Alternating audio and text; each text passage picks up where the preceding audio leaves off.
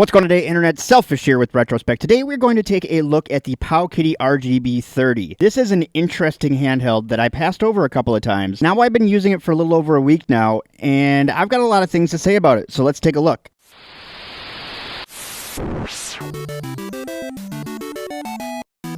The RGB30 is a device I passed on a couple of times just because it's just ugly. I mean, if you look at it, there's nothing appealing about this device, at least not to me. But it is really a fantasy console. And so I don't know what kind of fantasy the AI over at Powkiddy had when they put this thing together. At least they nailed down some of the performance on this bad boy. I've been using it for over a week now, and I've got a lot of good things to say about it, and very few bad, which is very surprising. The first couple times that I actually tried to review this device, I ran into issues because I had ordered through some of those too good to be true deals over on AliExpress and never received them. So that was when it first came out, and I was just, sometimes you gotta take a gamble. And that was a gamble that I lost. So let's go through a couple things here with the device. We'll just do a quick I/O.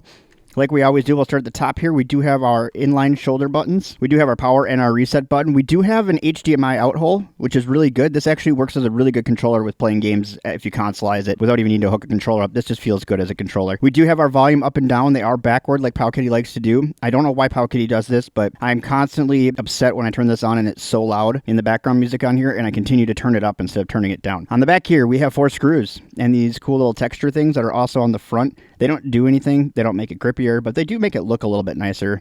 Maybe changes the feel in your hand a little bit. On the left side over here, we got nothing. On the right side over here, also nothing, except for those textures, obviously. On the bottom here, we do have 2 Type-C holes. One is for charging, one is your OTG hole, and then we do have 2 micro SD holes and a headphone hole. So we got all that kind of stuff right down here at the bottom. Here on the front, we do have a start and select button. We do have our face buttons, which, I do like that they grooved them and painted them. It makes them feel a little bit more premium. Not a fan of the, I guess they're okay. They're not the worst face buttons that Powkiddy's put on something. They're not my favorite either, but, they do the job. We do have our D-pad.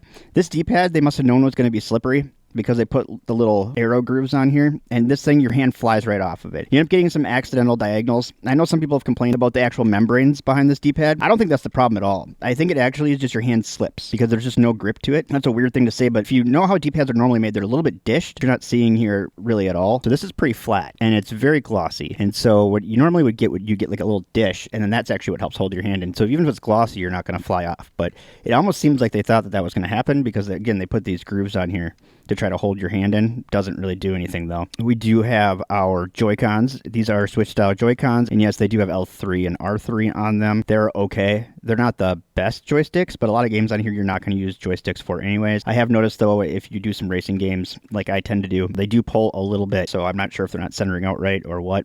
I couldn't figure it out. I went in the menu and tried to do it. I even went into MAME and tried to do them arcade style, and I couldn't quite get them right. So I'm not exactly sure what the story is behind those, but I'm sure we'll be able to take care of those on a future video. And then you do have 2 1-watt speakers right here. Oddly enough, they're not against the outside here, and there is 2 of them in here. Powkiddy a lot of times will put grates and not have 2. These do have 2 speakers in them, which is great. But the speakers are actually glued to the back, so they can get a little echoey sometimes. And then we'll just go through the specs here real quick on the device just while we got it here.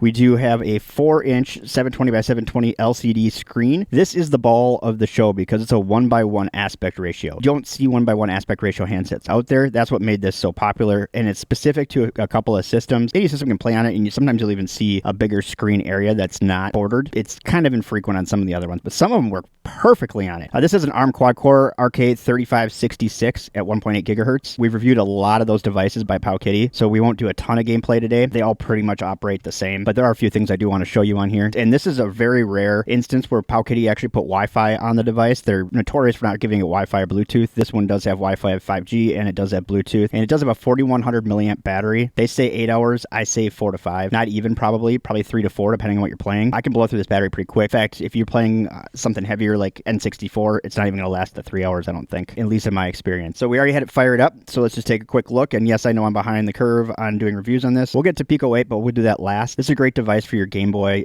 Color, GameGear. GameGear is actually within a similar aspect ratio, so GameGear works really well. They don't have a great library, and apparently I didn't scrub the photos on this one, but this is a really good screen. So if you can see, it's filling most of the screen on here. This is going to be one of those where you don't really have to change the aspect ratio. It's just going to fit. I'm actually playing this game right now on Genesis. I don't know how I never played this game growing up, but I'm working on it right now. Over on Retro City, Abby put it up as Game of the Week. I don't know if it was really Game of the Week, but that's all right. I'm taking it on as Game of the Week, but I just started it, so I'm a little behind in the week. Probably not going to finish it by the end of the week, especially if I'm playing it on another device here. But yeah, so GameGear works really well on here. Before I forget, I also did go sort of back. So I was reusing ArcOS on here for the last week, and because RockNIX took over Jealous, which is what came on this, I loaded RockNIX on it yesterday and been playing around with it, and it actually works really well. So Jealous always worked really well too, but there was an update in there somewhere that I missed, so I didn't have like the latest version of Jealous anyways. But RockNIX is really serving it up. I feel like I'm having better luck with RockNIX with ports and also with Pico. I'm having a better luck with the Pico folder. I could be wrong, but it seems to be working really well right now. Neo Geo is another great system for this. If you play Neo Geo at all, we pull up my Neo Geo game that I like to play. So as you can see, Neo Geo is filling a good portion of the screen. Now, if I'm going to have it have black bars, I'd rather have them be on the top and the bottom than the sides. I feel like you're wasting a lot of space if the black bars are on the sides. Reason being is you're making the device wider than it needs to be. So in something like this, I'm fine with it being on top and bottom because that also allows this screen to play really well in arcade. And I'll show you that here in a second. With arcade, you know, it feels right. It feels like the D-pad and the analog buttons probably need to be flopped in some situations, or at least the face buttons and the D-pad on the right side to be able to use the joysticks and the analog buttons together correctly. Not obviously a normal combination on the right side with the D-pad up on top and the face buttons on the bottom. So no screen tearing, nothing. This is running perfectly smooth. I didn't make any changes to settings in the system. The only thing wrong right now is I'm driving poorly, but other than that, I think we're doing pretty good. I'm running into everything. So that kind of gives you an idea of how that is. Now, this is a select start on RockNIX, similar to Jealous to get out. They're all kind of based off the same architecture. So when it comes to arcade, I think this does pretty well with arcade. It's filling up a good portion. Now we are getting the sidebars, but you would expect that on arcade. And the cool thing about this is I don't have to flip the screen and play it in Tante mode in order to get a good experience on this device. And that's not the worst when you have to do that on a device, but this is just something different. You know, if you don't have to do that, it's so much better. And you can go from, like I just did, from one game to another and not have any issues. I think that part's pretty cool. I just killed myself. Sweet. So that just gives you a little example of arcade on here. Some systems that don't work real well, which is kind of surprising with the 3566 in it. You should be able to at least get some performance out of N64. With a lot of tweaking, I can get F-Zero to run, but I can't for the life of me seem to figure out how to get Cruis'n USA to work. With a little bit of tweaking, I'm able to get F-Zero to work pretty well. We're talking overclocking and things like that, but we are still able to get some of that to work. So at least, you know, we have that going for us. And everything's running at speed. For some reason, this emulator doesn't have a frame counter, I don't believe. Not all of them do through RetroArch. Now, if we ran the standalone, I think N64 would be better, which I think is where we're seeing on a lot of the arcade 3566s, is when you're running in a standalone emulator like Mutant 64. That kind of makes sense that it's going to get better emulation. Not always the case, but typically if you're running something standalone, it's going to get better. But then you get into something like Cruis'n USA, and it doesn't matter what you do. Now, Cruis'n USA is one of the harder games to emulate, but it's just so bad. And this is overclocked as well. I even tried underclocking. I tried everything. And this is what we get.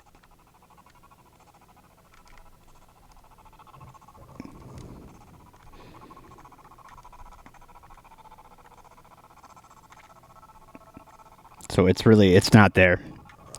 The audio really screws it up. If you turn the audio down, it's not as bad, but it's still pretty bad. You can just see how choppy it is.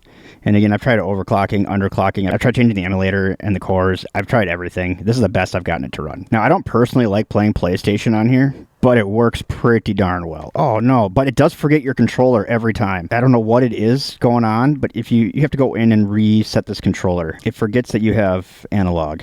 I don't know why it forgets it, but it seems to forget it every time. I thought I was forgetting to save it, but that's not the case. But yeah, so it works pretty well. I can't complain on PlayStation. I don't know, this isn't my favorite handset to play PlayStation on, probably because there's just, I don't know, it feels like it's something that you should be playing on a bigger screen. And as you can see, it's pretty dark. Obviously, this map is pretty dark, but just in general, it's not the brightest colors. It's a beautiful screen, but for some reason, it just doesn't get the brightness in there, at least on a game like this. Now, you'll see it pop on like a Game Boy Advance game or something like that, which is crazy to me, but on this, for some reason, it just doesn't pop. And actually, it looks pretty good on PSP as well, but PSP is another system because of the aspect ratio. You're not going to want to play PSP on here either. So here's Death Jr. on PSP. It runs perfect. It looks good. I don't think I'm at an upped resolution right now, but we can fix that real quick. One thing that I don't like on here as well, while we're going into settings, we could probably put it at maybe 4. I don't know, find out. That this has one of those versions of retro achievements where you can't use a keyboard on it. So it's not going to save your retro achievement stuff. And I love retro achievements. Another reason why I probably won't play PSP on here. But as you can see, even the game, it's not the right aspect ratio for PSP. It just looks a little weird. I mean, if you don't mind it being squished, that's fine. Oh, yeah, so we're at 4 times resolution. Oh, we could turn on the frame counter too. What am I doing? I forgot we're on PSP. I'm pretty sure we're running at full. If not, we're pretty close. Or not. Oh, yeah, there we go.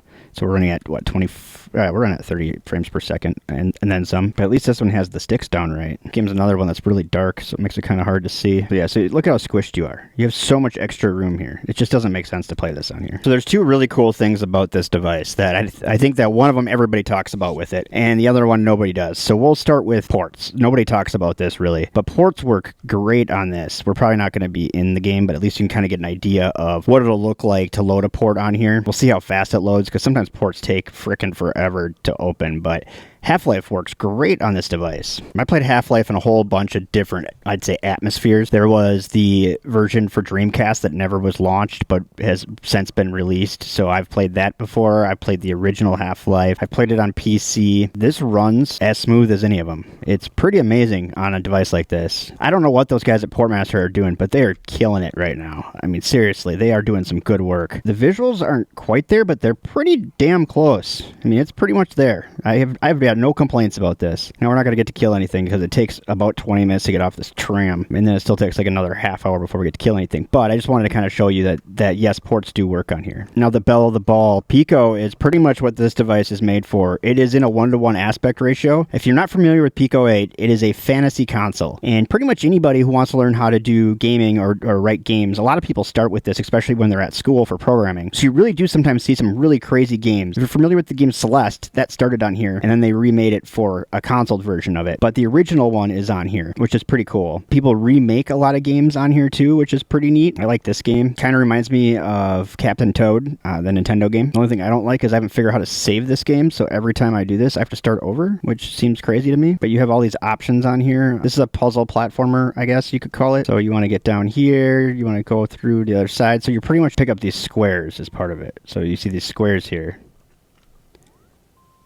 Kind of a cool little platformer, but there's thousands of games on Pico, which is just crazy. And if you ever want to get out of Pico, you got to go to options, and then you shut down your game, and then you have to go to options again on a game to get out of Pico. But thousands of games, and you pay $15, and you have Pico for life, and you can play any of the games that people put out there. So if you're not into Pico yet, this device was literally designed for Pico. I don't care what anybody says. That was the AI trick. It was somebody at Powkiddy going, build us a device perfect for Pico. We don't care how ugly it is. And that's when we got this. So that just gives you a quick rundown of the device, how I feel about it. I've really enjoyed playing it here this last week or so. I was not planning on doing this review, but I had an opportunity to play with it, and I'm just loving it. I didn't think that was going to be the case. It isn't very comfortable. I don't care what anybody says. Size-wise, it's about perfect, but if it was rounded, it'd be more comfortable, but everything is like a hard edge, which to me isn't very comfortable. Now, I know that's probably what they're trying to eliminate with adding some of these curves in here, but they didn't really do anything. I think if they made this a little bit rounder, this would be a far better device. It wouldn't be as unique looking, but I don't think that matters. We're starting to see some devices like the Sugar Cubes and stuff. They have a very similar screen aspect ratio. They're coming out a little bit more round, look a little more comfortable. I'd say if they want to update this and do a,